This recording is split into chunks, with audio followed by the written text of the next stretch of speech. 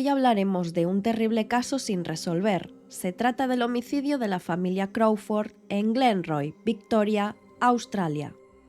¿Qué es lo que motiva a una persona a cometer un crimen? Tanto la obsesión por el dinero como los celos enfermizos e incluso trastornos mentales asociados a conductas delictivas son solo algunas de las causas que llevan a ciertas personas a cometer actos extremadamente escalofriantes y que sin duda alguna superan la ficción. Mi nombre es Lu y en Sumario Criminal indagaremos sobre los casos criminales resueltos y sin resolver más inquietantes de la historia. Pero antes de comenzar, recuerda que me ayudas mucho si te suscribes y activas todas las notificaciones, pues subo nuevos casos 3 veces por semana y así no te perderás ninguna novedad. Ahora sí, comencemos con el caso de hoy. Esto es Sumario Criminal.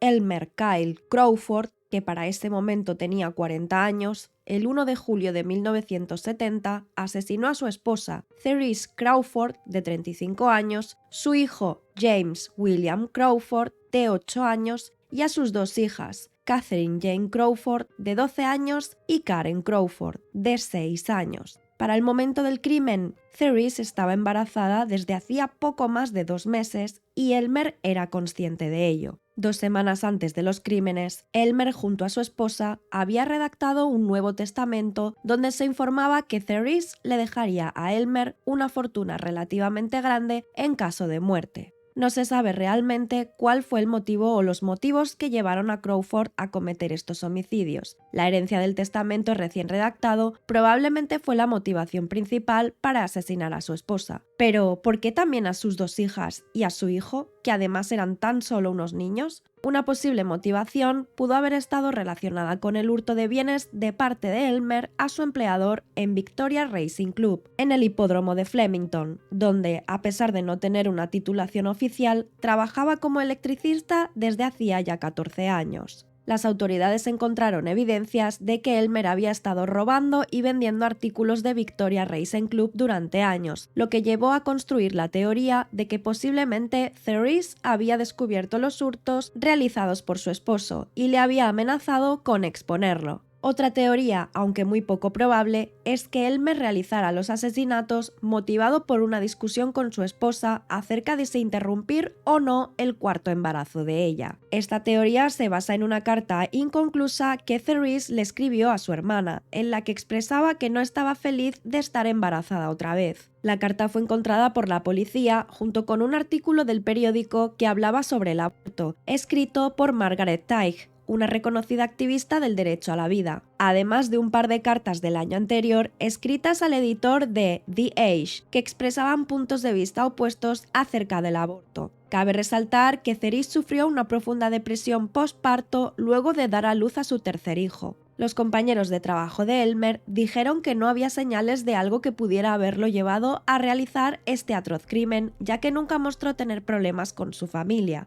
Otro dato muy importante es que no se trataba de un crimen realizado de forma impulsiva y bajo una enorme ira, sino que se llevó a cabo con mucha planificación, fríamente calculado y con crueldad.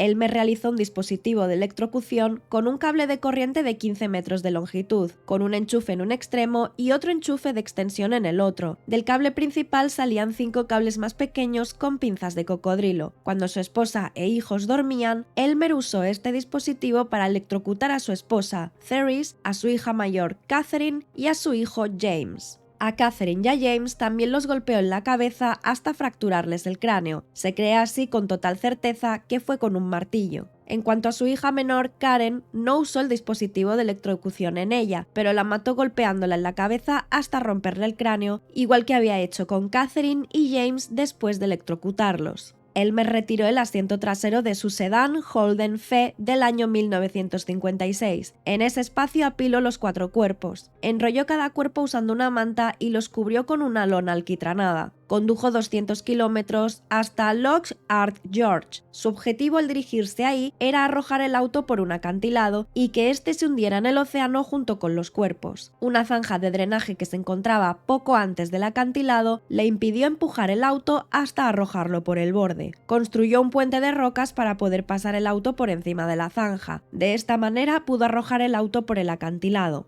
Aunque esperaba que el auto nunca apareciera, como medida adicional de precaución, conectó una manguera al tubo de escape y a través de la ventana la metió del lado del conductor. Su plan en ese caso era hacer que pareciera que su esposa se había suicidado luego de matar a sus hijos a golpes. Seguramente por esta razón es que ella fue la única a la que no le rompió el cráneo a golpes, sino que se limitó a electrocutarla. Elmer planeaba reportar la desaparición de su esposa e hijos después de deshacerse de la evidencia en su casa, haciendo el papel del esposo cuya esposa lo abandonó llevándose con ella a los hijos, y en caso de que el auto fuera encontrado, esperaba que se creyera que ella los había asesinado y posteriormente se había suicidado. Probablemente Elmer no esperaba que los cuerpos fueran hallados antes de haberse descompuesto en su totalidad. Además, debido al testamento, Elmer iba a quedar bastante bien acomodado económicamente, pero lo que frustró su plan fue el saliente rocoso de 16 metros bajo el borde del acantilado, el cual no vio al momento de empujar el auto y fue lo bastante confiado para no fijarse después y verificar que el auto realmente hubiera caído hasta el océano. Así que, confiado en que todo saldría como lo había planeado, regresó a casa para deshacerse de todas las evidencias. Los asesinatos y el intento de deshacerse de los cuerpos ocurrieron entre el anochecer del 1 de julio y las primeras horas de la madrugada del 2 de julio.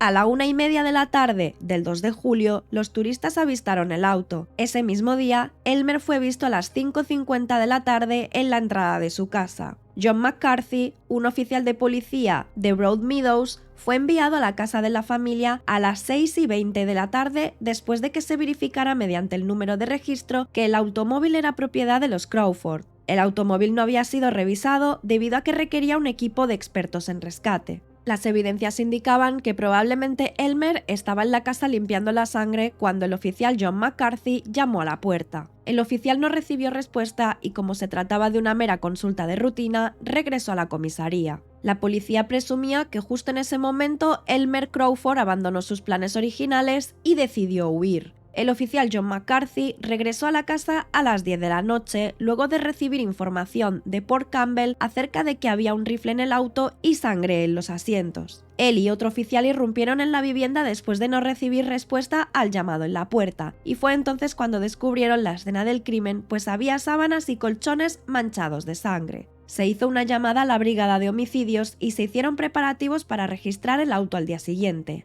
George Cumming y Cecil Borgin fueron voluntarios en la operación de rescate en el acantilado. Ellos bajaron y aseguraron el automóvil para evitar que éste cayera hacia el océano, y posteriormente lo registraron. George Cumming declaró que levantaron la lona y Cecil Borgin dijo que pudo ver algunos pies, y que cuando la lona se levantó más, pudieron ver 4 cuerpos envueltos en sábanas. Adrian Donegui, detective de homicidios, se encontraba ese día en la cima del acantilado. Adrian realizó un examen de cada uno de los cuerpos a medida que los sacaban, por lo que fue el primero en captar parte del salvajismo de este horrendo crimen. La razón por la que este sigue siendo un caso sin resolver es que hasta la fecha aún no se atrapó a Elmer Crawford, pues huyó aquel día y desde entonces nunca se ha descubierto una mínima pista sobre su paradero. Ya han pasado casi 53 años de los crímenes, y para ese entonces Elmer tenía 40 años, por lo que a día de hoy podría haber fallecido o de estar vivo nunca lo encuentren, pues tiene ya casi 93 años de edad. Este caso ha pasado de una generación de policías a otra y aunque aún quieran llevar a Elmer Crawford ante la justicia, lo más probable es que lamentablemente los esfuerzos sean en vano. En julio de 2010 la policía de Victoria anunció que junto con el FBI trataban de identificar a un hombre mediante tecnología de reconocimiento facial, el cual murió en 2005 en San Angelo, Texas, Estados Unidos, el cual creían que se trataba de Elmer Crawford. Este hombre no tenía huellas dactilares y llevaba consigo varias identificaciones. Al mes siguiente se anunció que se comparó el ADN de un pariente consanguíneo de Elmer Crawford con el cuerpo del hombre en Texas, descartando la posibilidad de que el cuerpo fuera de Elmer Crawford.